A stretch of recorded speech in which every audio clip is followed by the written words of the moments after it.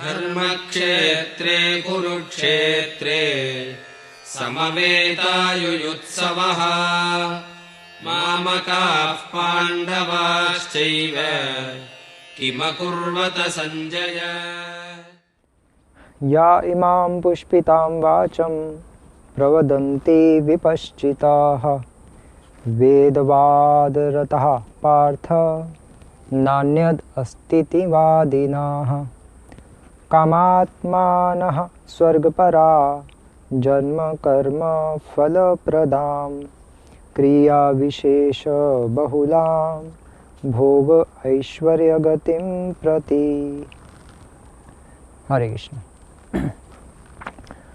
कल हमने ये 42 से श्लोक पर चर्चा की थी और आज हम 42वां और उसका नेक्स्ट जो 43 है, इन दोनों श्लोकों को एक साथ ही लेंगे। और मोस्टली हमने कल 42 श्लोक पर चर्चा की थी और कल का श्लोक था या इमाम पुष्पितां वाचं प्रवदन्ति विपश्चिताः। मतलब 42 श्लोक मतलब इसमें अभिधेय बताया है और 43 श्लोक मतलब इसमें प्रयोजन बताया। किनका? कर्म कांड। श्लोक में अगर हम देखें तो इस श्लोक में मुख्यतः क्या चल रहा है? भगवान कर्म कांड को ही काट रहे हैं। क्यों काट रहे हैं कर्म कांड को? क्योंकि कर्म कांड कुछ होता ही नहीं। पॉइंट ये है। जैसे कल में मैंने बताया था कि श्री प्रभुपाद भी लिख रहे हैं कि कर्म कांड पोर्शन ऑफ द वेदास, वेदों के इस कर्म कांड के इस भाग में ऐसा वर्णित है, इसलिए जो मूर्ख लोग होते हैं अविपश्चितः वो ऐसे कर्मकांड भाग के प्रति आकर्षित हो जाते हैं। लेकिन अगर देखा जाए तो वेदों में एक्चुअली कर्मकांड नहीं है। पॉइंट थोड़ा अजीब सा हो सकता है बट ये फैक्ट है। क्यों? क्योंकि वेदों में क्या है? एक्चुअली भगवद गीता के 15वें अध्याय के 15वें श्लोक में लिखा है कि वेदेश्च सर्वैर अहम एव वेद्यो, कि वेदों के द्वारा मैं ही जानने योग्य हूँ। और फिर महाभारत के स्वर्ग पर्व के 6ठे अध्याय के 93 वर्ष में भी लिखा है वेदे रामायणे च एव पुराणे भारते तथा आदि अन्ते च मध्य च सर्वत्र हरि गीयते, कि वेदों में, पुराणों में, रामायण में, महाभारत में हर जगह केवल हरि की ही चर्चा है और कुछ चर्चा नहीं है। और फिर नरोत्तम दास ठाकुर प्रेम भक्ति चंद्रिका में कहते हैं कर्मकांड ज्ञान कांड केवल विषयेर भांड, ये जो कर्मकांड और ज्ञान कांड है केवल विष का एक लोटा है जिसको पीने से आदमी मर जाएगा। तो पॉइंट ये है कि जब कर्मकांड को नरोत्तम दास ठाकुर ने, और श्री प्रभुपाद इसको अक्सर कोट किया करते थे इस लाइन को, तो नरोत्तम दास ठाकुर जब कह रहे हैं कि कर्मकांड विष के समान है, विष ही है, तो फिर वेदों में विष कहाँ से आ गया? वेद क्या हमें जहर पिलाएंगे क्या? तो इसलिए वेदों में कर्मकांड है नहीं।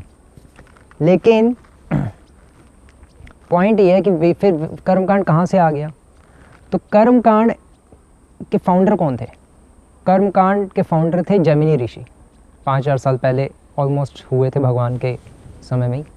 उन्होंने कर्मकांड की स्थापना की थी और फिर काफ़ी समय बाद कर्मकांड ऑलमोस्ट लुप्त सा हो गया था। और फिर उस अवस्था में कर्मकांड को दोबारा से, आज से यूँ समझ लीजिए कि 700-800 सदी के आसपास, अभी 2020 चल रहा है, 700-800 AD के आसपास, तब कर्मकांड को दोबारा से रीएस्टेब्लिश किया। ऑलमोस्ट ख़त्म हो रहा था कर्मकांड, तो दोबारा से रीएस्टेब्लिश किया कुमारिल्ला भट्ट ने। और फिर कुमारिल्ला भट्ट के शिष्य हुए थे, उनका नाम था मंडन मिश्रा। मंडन मिश्रा ने भी इसको काफ़ी प्रमोट किया, ये काफ़ी फेमस हुए थे कुमारिल्ला भट्ट और मंडन मिश्रा। और फिर उसी टाइम शंकराचार्य भी इस संसार में आ चुके थे। और फिर मंडन मिश्रा का शंकराचार्य से डिबेट हुआ और फिर शंकराचार्य ने कहा कि देखो, एक्चुअली शंकराचार्य भी कर्मकांड के अगेंस्ट ही थे। क्यों थे? क्योंकि उनको कर्मकांड को भी काट के अपना ज्ञान कांड स्थापित करना था। तो ज्ञान जो वेदों में जो ज्ञान जो है, मोक्ष, जहाँ जहाँ बताया गया कि मोक्ष होता है, ये करने से मोक्ष मिलता है, ऐसा करने से मुक्ति प्राप्ति होती है, उन श्लोकों की व्याख्या शंकराचार्य ने अपने अनुसार कर दी, इसलिए हम उनको ज्ञानकांडी कहते हैं। और जो पंडित लोग हैं हम उनको कर्मकांडी कहते हैं, जो जैमिनी के अनुयायी हैं, जो कुमारिला भट्ट के अनुयायी हैं। और ये जो था मंडन मिश्रा की जब शंकराचार्य से डिबेट हुई तो शंकराचार्य ने भी मंडन मिश्रा को यही कह के हराया कि देखो आप कहते थे कि वेदों में ये कर्मकांड है, लेकिन कहाँ है? क्योंकि कर्मकांड मतलब फ्लावरी लैंग्वेज का है। शंकराचार्य ने मंडन मिश्रा से पूछा कि प्रलोभन देने वाली जो भाषा है, जिसको परोक्ष भाषा कहते हैं, वो कहाँ है? इसमें है ही नहीं। उन्होंने कहा नहीं, देखिए ये करने से ये मिलता है, ये करने से ये मिलता है। तो शंकराचार्य ने कहा ये तो साइड बेनिफिट्स हैं, लक्ष्य थोड़ी ना। ये साइड बेनिफिट से अट्रैक्ट होकर रह जाए तो लक्ष्य तो रह ही जाएगा। लक्ष्य तो मोक्ष है, भगवान से एक होना। तो शंकराचार्य ने भी हरा दिया। और वैष्णव का भी सिद्धांत है कि कर्मकांड वेदों में है ही नहीं। शंकराचार्य ने भी इसी पे एम्फेसाइज किया। लेकिन क्योंकि कर्मकांड उस टाइम इतना फैला हुआ था, इसलिए शंकराचार्य को भी कर्मकांड वर्ड ही यूज़ करना पड़ा कर्मकांड को काटने के लिए। और तब से सभी आचार्य कर्मकांड वर्ड ही यूज़ करते आए हैं और कोट करते आए हैं, क्योंकि कर्मकांड इतना ज़्यादा फैल चुका है। लेकिन वैसे वेदों में थोड़ी ना जहर की चर्चा होगी, कोई विष थोड़ी ना पिलाएंगे वेदों में। तो कर्मकांड नहीं है, ना ही ज्ञान कांड है। शंकरा का ज्ञान कांड भी नहीं है। जो शंकराचार्य और शंकराचार्य के अनुयायी जो कहते हैं कि भगवान से एक होना ही जीवन का लक्ष्य है और निराकार ब्रह्म की प्राप्ति जीवन का लक्ष्य है, वो निराकार ब्रह्म कुछ होता ही नहीं है। एक्चुअली जो हमारा जो निराकार ब्रह्म है, जैसे भागवत में श्लोक आता है, वदंती तत्त्वविदस् तत्त्वम, वदंती तत्त्वविदस् तत्त्वम यज ज्ञानम अद्वयम ब्रह्मेति परमात्मेति भगवानिति शब्दते। ब्रह्मेति मतलब भगवान का निराकार ब्रह्म जो रूप है, और जो परमात्मा रूप है और भगवान रूप है। भगवान के 3 रूप होते हैं। तो वैष्णव के अकॉर्डिंग जो भगवान का जो निराकार रूप है, वो भगवान के शरीर से जो लाइट निकल रही है, भगवान के शरीर की जो अंग की जो कांति है, उसको कहते हैं निराकार ब्रह्म। और उसी की उपासना ब्रह्मवादी भी करते हैं, जो भगवान के निराकार रूप की उपासना से आसक्त होते हैं। उनको पता होता है कि साकार रूप भी है, लेकिन वो निराकार रूप से, निराकार की उपासना से आसक्त होते हैं। उनको कहते हैं ब्रह्मवादी, जो कि पहले 4 कुमार थे और सुखदेव गोस्वामी पहले ब्रह्मवादी थे।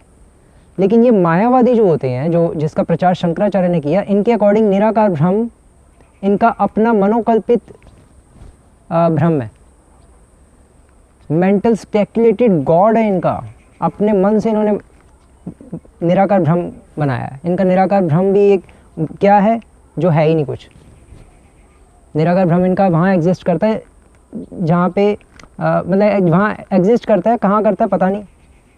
हम उसमें लीन हो जाएंगे, लेकिन फिर कहते हैं वो है ही नहीं कुछ, सब कुछ एक ही है। निराकार ब्रह्म भी कुछ नहीं है। मतलब इतनी कंफ्यूजिंग फिलॉसफी है शंकराचार्य ने जो दी। इस कारण से चैतन्य महाप्रभु कहते हैं कि मायावाद भाष्य सुन ले हैल सर्वनाश। मायावादी भाष्य जो सुन लेगा उसका सर्वनाश होगा, वो लीन भी नहीं होगा भगवान से, क्योंकि उनका निराकार ब्रह्म भी अपना ही है, पर्सनल है। पर्सनल निराकार ब्रह्म खोला हुआ है उन्होंने, और वो भी एग्जिस्ट नहीं करता, फिर बाद में कहते हैं। इसलिए मायावाद को कहते हैं प्रच्छन्न बौद्धवाद। तो ये जो मायावाद है ये तो गलत है ही, ये ज्ञान कांडी कहलाता है मायावाद। और कर्मकांड तो कर्मकांड है ही, ये सब विष का भांड है, केवल जहर है, इसको तो सुनना ही नहीं चाहिए। इसलिए महाप्रभु कहते हैं नहीं सुनना चाहिए, और ना कर्मकांडी सिद्धांत सुनना चाहिए। कर्मकांडी भी पूरा कन्फ्यूजिंग है। तो ये बहुत एक्चुअली कन्फ्यूजिंग श्लोक है अगर ध्यान से पढ़े जाए। और फिर पॉइंट ये है कि फिर वेदों में प्रलोभन देने वाली भाषा है ही क्यों? जैसे कल भी हमने डिस्कस किया, तो वेदों में प्रलोभन देने वाली भाषा क्यों है? क्योंकि उन मूर्ख, एक्चुअली वेदों में प्रलोभन देने वाली भाषा नहीं है, वो वेदों की ग्लोरिफिकेशन है।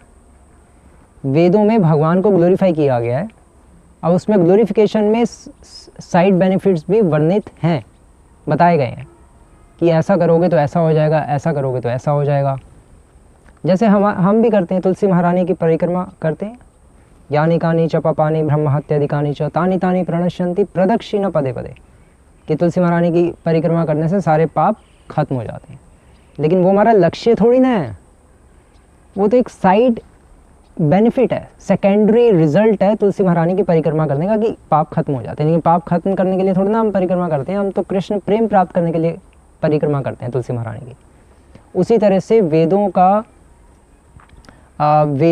में जो चीज़ें बताई गई हैं कि ऐसा करने से ऐसा हो जाएगा, ऐसा करने से स्वर्ग की प्राप्ति हो जाएगी, वो तो उसके सेकेंडरी बेनिफिट्स बताए गए हैं। अल्टीमेटली तो वेदों में सर्वत्र हरि गीयते है, भगवान हरि की ही चर्चा है।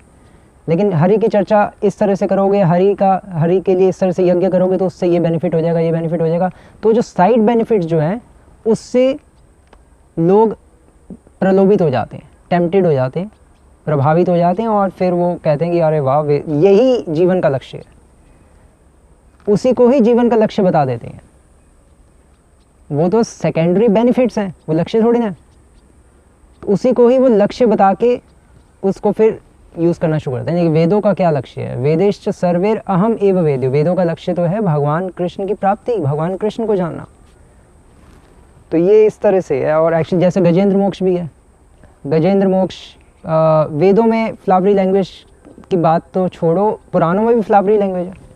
भागवतम में ही गजेंद्र मोक्ष जो पढ़ेगा उसको गंदे सपने नहीं आएंगे।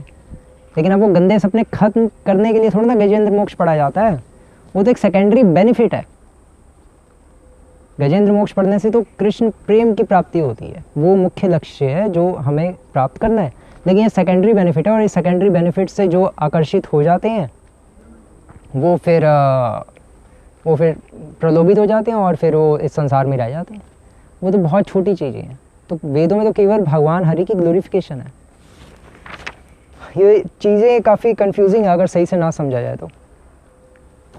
और 2.42 में तो भगवान ने अभिधेय की चर्चा की थी कि या इमाम पुष्पिताम वाचम प्रवदंती विपश्चिता। जो मूर्ख लोग हैं वो वेदों की फ्लावरी लैंग्वेज से अट्रैक्ट हो जाते हैं और वेदवाद रतः पार्था, और वेदों के अपने हिसाब से इंटरप्रिटेशन करना शुरू कर देते हैं कि ऐसा करना चाहिए, ऐसा करना चाहिए। और उनके अकॉर्डिंग वो कहते हैं कि इससे परे और कुछ है ही नहीं, भगवान भी कुछ नहीं है। और भगवान को तो हमने बस, भगवान को तो केवल वो, क्योंकि वो कहते हैं कि भगवान भी कर्मों के अधीन आ जाते हैं। भगवान ने बाली के पाँव में तीर मारा था और अगले जन्म में उनके पाँव में तीर लगा। बाली को पीछे से तीर मारा था, अगले जन्म में भगवान के भी पाँव में तीर लगा जब कृष्ण के रूप में आए। तो उनको भी कर्मों के चक्र में फंसना पड़ता है। तो भगवान को भी एक्चुअली वो कर्मों के अधीन रख देते हैं, इसलिए उनको कहते हैं कर्मकांडी। तो वेदों में कर्मकांड नहीं है, वो सब कन्फ्यूजन है। और फिर 2.43 में कामात् मानः स्वर्ग परा, कि उनकी आत्मा में ही कामनाएं भरी होती हैं ऐसे लोगों की, और उनका लक्ष्य क्या होता है? स्वर्ग परा। लक्ष्य होता है स्वर्ग। जहाँ पे भी वेदों में पढ़ेंगे स्वर्ग लिखा है, बस वहीं पीछे चल देंगे। जन्म कर्म फल प्रदाम, और फिर जन्म और कर्म कि अच्छा जन्म हो, अच्छी शक्ति आए, और हमारा एक भोग करने की हमें शक्ति प्रदान की जाए। इस तरह से वो ऐसे फालतू के यज्ञ इत्यादि में रुचि करते हैं, जो कि एक फालतू की क्रिया है। ये उनका प्रयोजन होता है, लक्ष्य होता है। इस लक्ष्य के आधार पे फिर वो अपना अभिधेय डिसाइड करते हैं कि हमें क्या करना है। अब चलो ऐसे ऐसे यज्ञ करते हैं, ऐसा वो काम करते हैं, इससे हमें स्वर्ग की प्राप्ति हो। तो ये इस श्लोक का यथार्थ अर्थ है। लेवल्स ऑफ कॉन्शियसनेस चल रहे हैं एक्चुअली वेदों में, उसके अकॉर्डिंग सब अपनी अपनी चीज़ें चूज़ कर लेते हैं। हरे कृष्णा। श्रील प्रभुपाद की जय।